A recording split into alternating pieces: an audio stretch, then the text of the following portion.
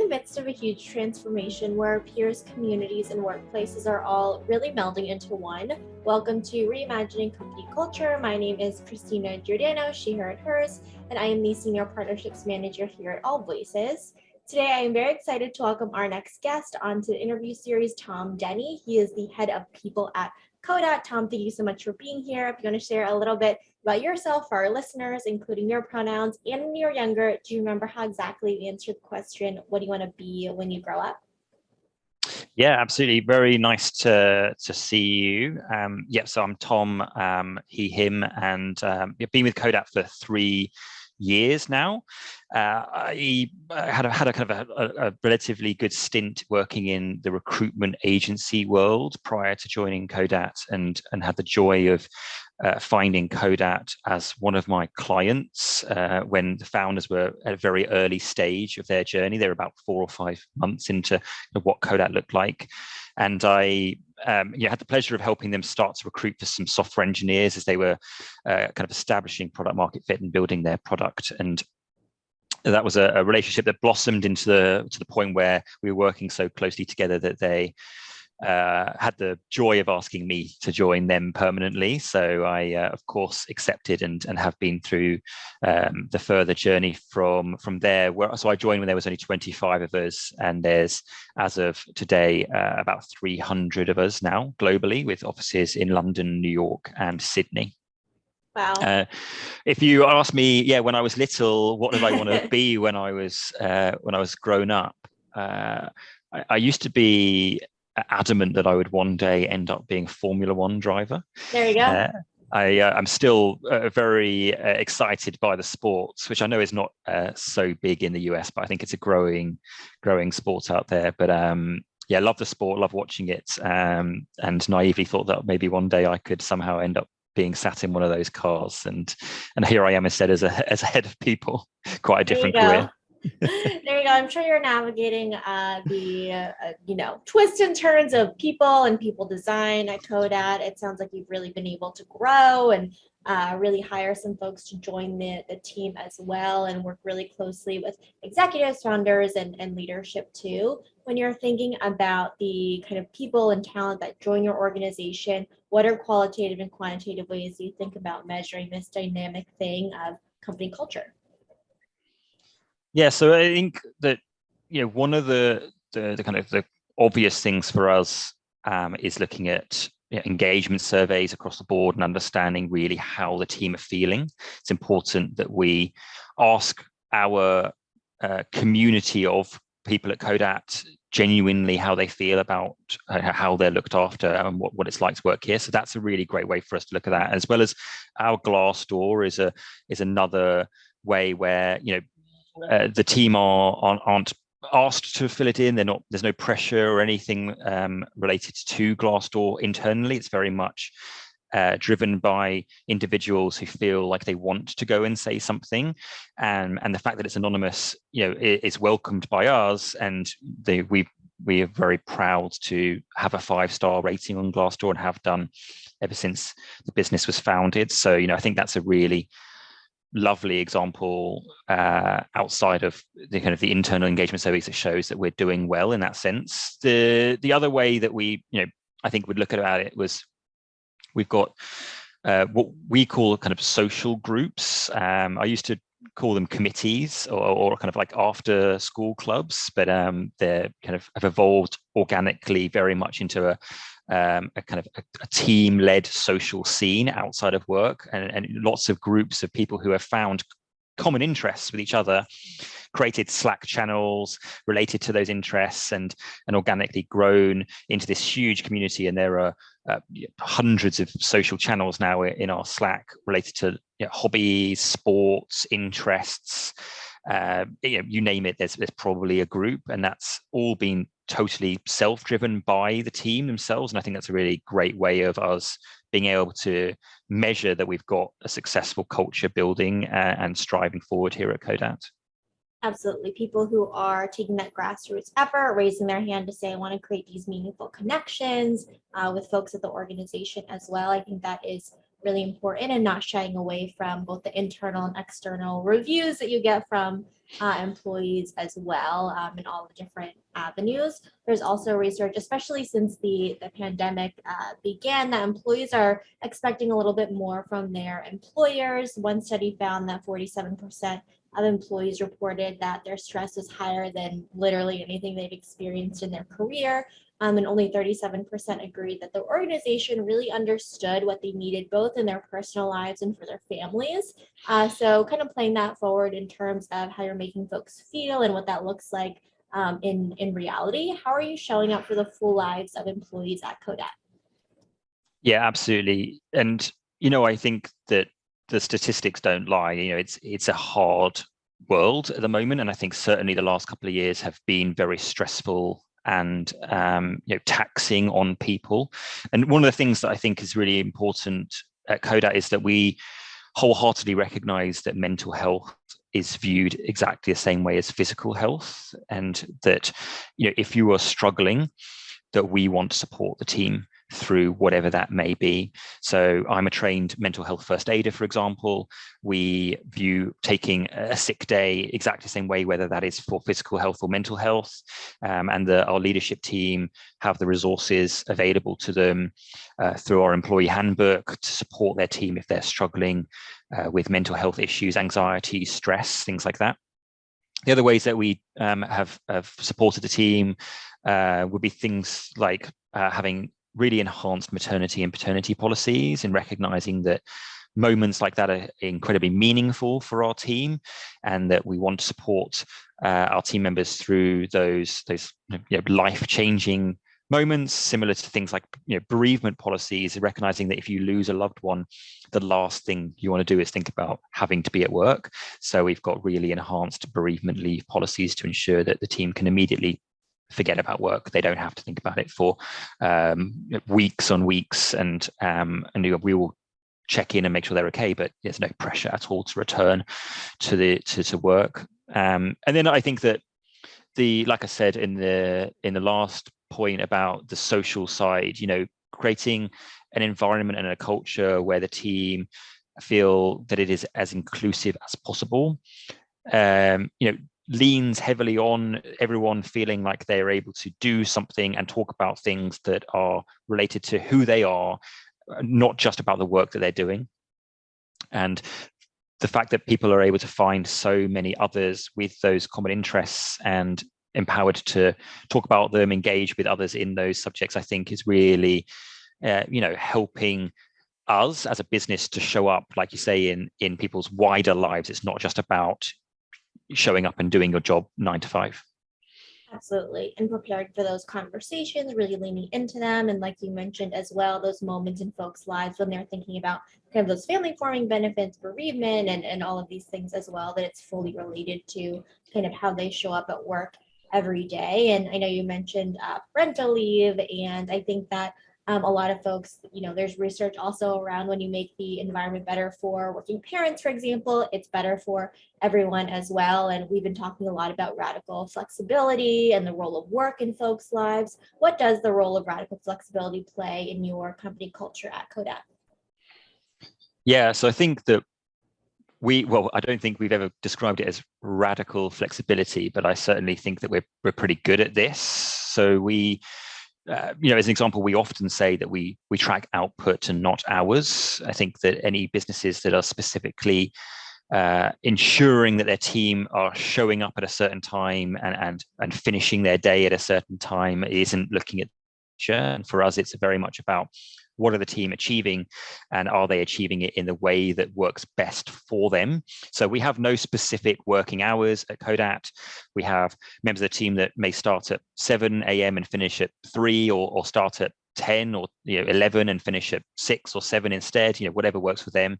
Similarly to, if you don't want to take a lunch and finish early, or take a really long lunch and finish late, or I don't know, let's say you've got a doctor's appointment, we don't ask people to take sick leave or clock out hours. We trust the team would make up the time lost somewhere else.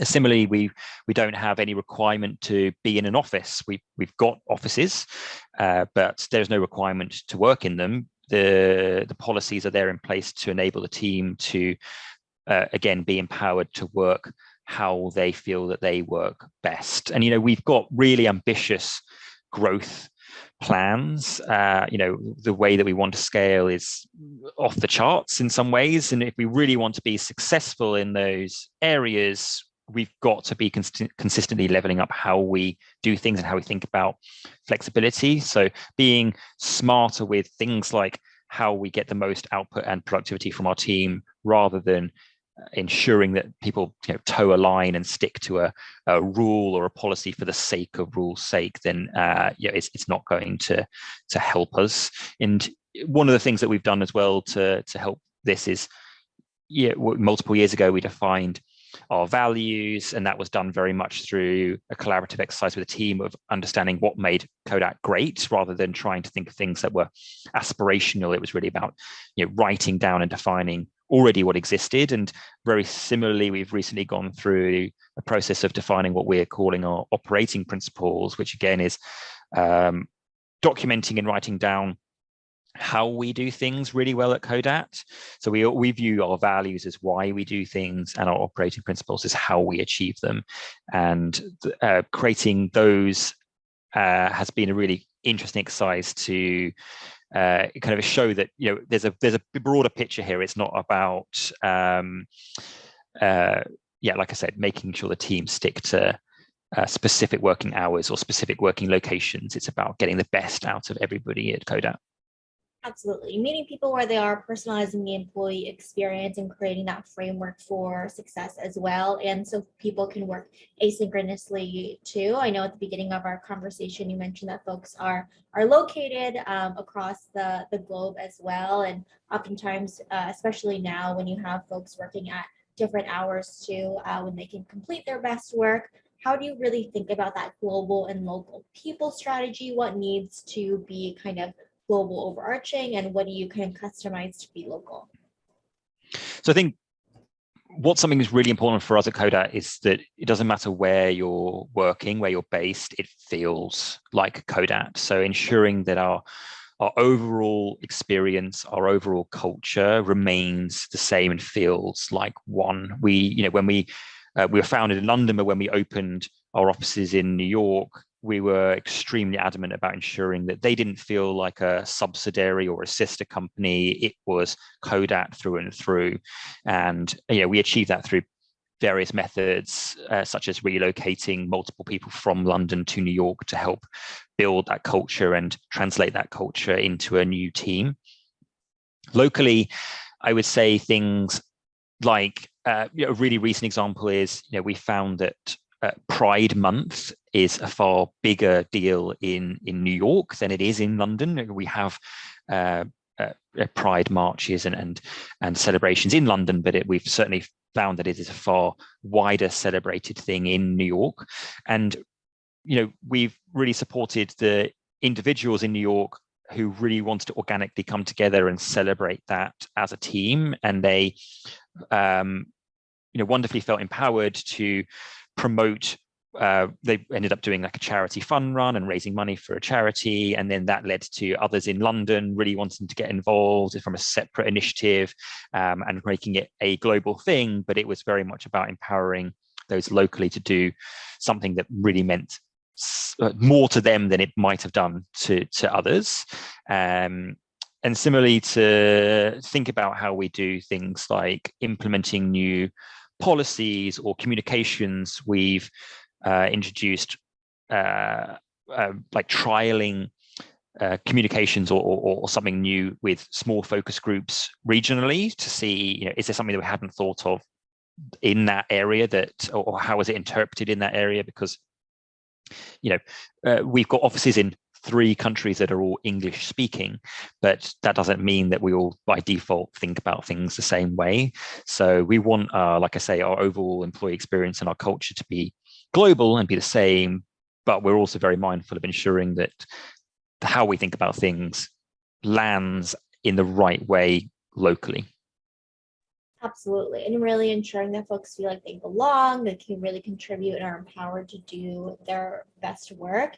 in terms of that sense of belonging, as you were talking about, and his pride is an example in the New York office too. Where is Codat overall in your organizational equity journey, and where would you like to be a year from now? Yeah, so we're doing pretty good. I think that there's always room for improvement.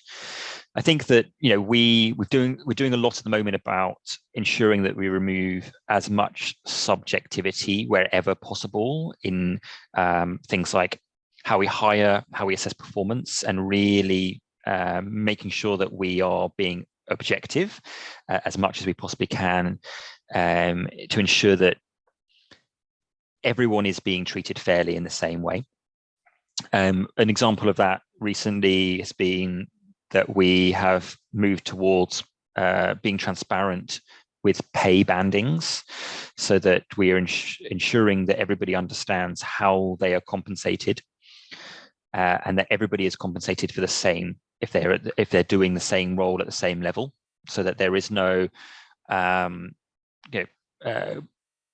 benefit from perhaps being better at negotiation upon being hired, which sometimes tends to lean more towards one gender than another, let's say, or ensuring that we avoid things like someone recently called it a loyalty tax. If you work at a company, you're apparently seem to be paid less than those that are being hired. So we're ensuring that we remove any possibility of that, and also things like our gender pay gap is not a part of a thing here at Codat because everybody is fairly compensated. So we're just trying to ensure that we're being objective as possible and as fair as possible throughout everything that we think about.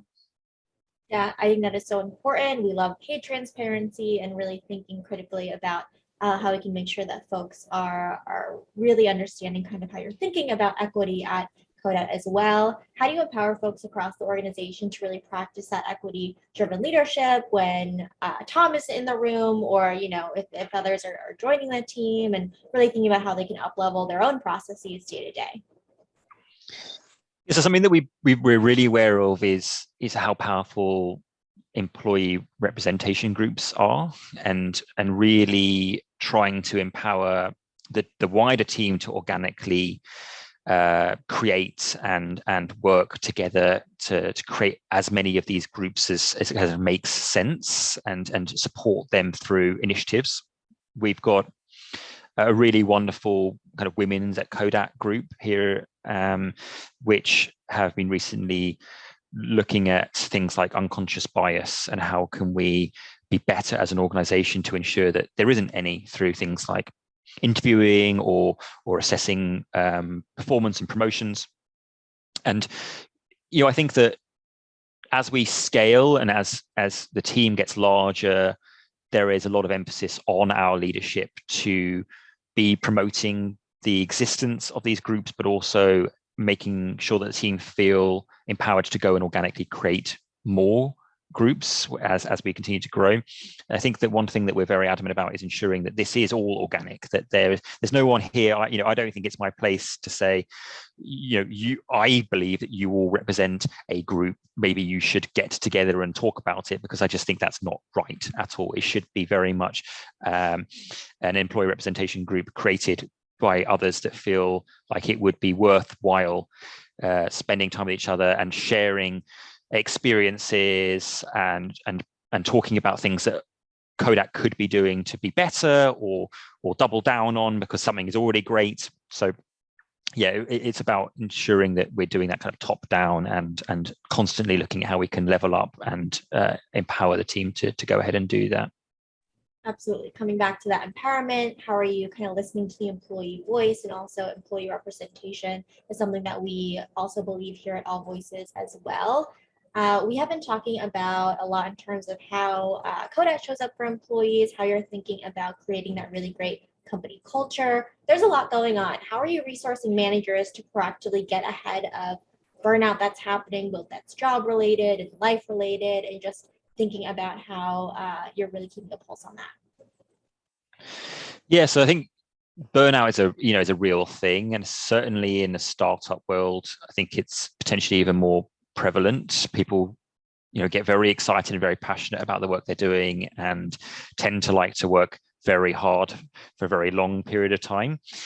We're very, very adamant about ensuring that our team use annual leave every year. So we've got a generous annual leave policy, and something that we have started doing this year is really encouraging our team to take a 2-week break at some point in the year. I think that from my experience, there's quite a lot of companies that exist in the world where taking a 2-week break is banned, it's not allowed, whereas we're doing the opposite, where we've written in our policy that we want the team to do this. And if they really, really can't take a 2-week break, that they should take at least 2 1-week breaks at some point during the year and really switch off, delete email, remove Slack from their phones, and totally switch off from work. And our leaders are across Codat know this is a policy, and they should be promoting that within their team. We as a people function do a quarterly check-in. We run reports to see who hasn't taken enough leave throughout the year, and we will proactively go and say, hey, you need a break. When are you taking a break? And really kind of push and promote that further. It's particularly prevalent in our sales team. Those in sales love to work all the time because they've got quotas and targets to hit. They want to push on, and they feel that if they take time out, they will miss those targets. So we go ahead and proactively work with them to understand at what points in the year does it make sense to take a break. How can they do it so it's not affecting their run rate and their quotas? So maybe the first week of a quarter or something like that. So yeah, that's really important for us to push. We've also got a absolutely no rollover policy, because rolling over holiday and annual leave essentially promotes that it's okay to not use it, and that you can maybe use it next year. Our policy is, nope, you have been given this number of days this year. That means you should take that many days off this year. And if we get to the end of Q3 and the start of Q4, and there are people with lots of days, it's very much kind of sitting down and saying, okay, there's 3 months left of the year. You've got all these days to take. Let's schedule them in and make sure that you have a proper break towards the end of the year.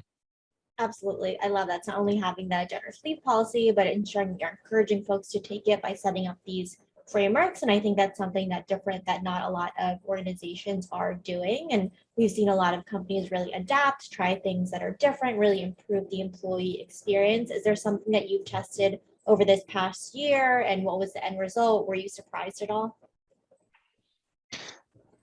Yeah, so I think that our working from home, kind of hybrid working type policy, it was a great example of this. We've called it our in-person optional policy, to really stress that being in person in an office is totally optional. And I think that this originally was quite a bold move by us, because I think a lot of the team at Codat felt that our company culture came from being in an office with each other and being surrounded by your great colleagues and being sociable with each other. But really, this was something that we knew was right to do, and it was going to be meaningful for the existing team, but also meaningful with our ability to go on and hire exceptional individuals as we continue to scale. And it's really proven to have worked. Giving the flexibility to our team to work how they want to work has not only been successful in our ability to hire further exceptional individuals, but it's further promoted that people utilize the office in a better way, to come together, to be collaborative, to use it for purpose rather than just work out of. And our office is full almost every day anyway.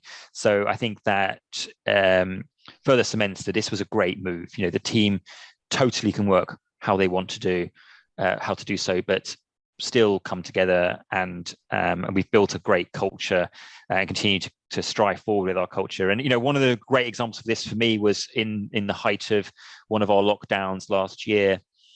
I met with a candidate who was in one of our processes, who had been interviewed by a couple of people here at Codat, and afterwards they said they really wanted to highlight that they felt that our company culture translated really well over a video call, and they were really excited to be a part of what we were building here. And what was amazing was that the two people that they met during that interview had joined us fully remotely during lockdowns. They had never met each other in person. Neither of them had ever been to an office because we were still in lockdown, and they had still been able to absorb and then show and translate what our culture looked like just over video calls, just by meeting our team virtually and hanging out with each other in that way. So I think that was a real testament to something that was a bold move at first. People were kind of quite skeptical about whether it was going to work for Codat. It ended up being a really great move for us. Yeah, absolutely. I think that flexibility is so important. That is a great example. Tom, is there anything that I didn't ask throughout our conversation that you want to share with folks, or underscoring any key takeaways you hope people bring with them? I think you've asked some good questions. I think that perhaps the one thing I would say is, I think it's probably a lot of companies at the moment that are struggling through what lots of people are calling it the Great Recession, or I recently heard it described as the Great Reshuffling, which I thought was quite a good way of describing it.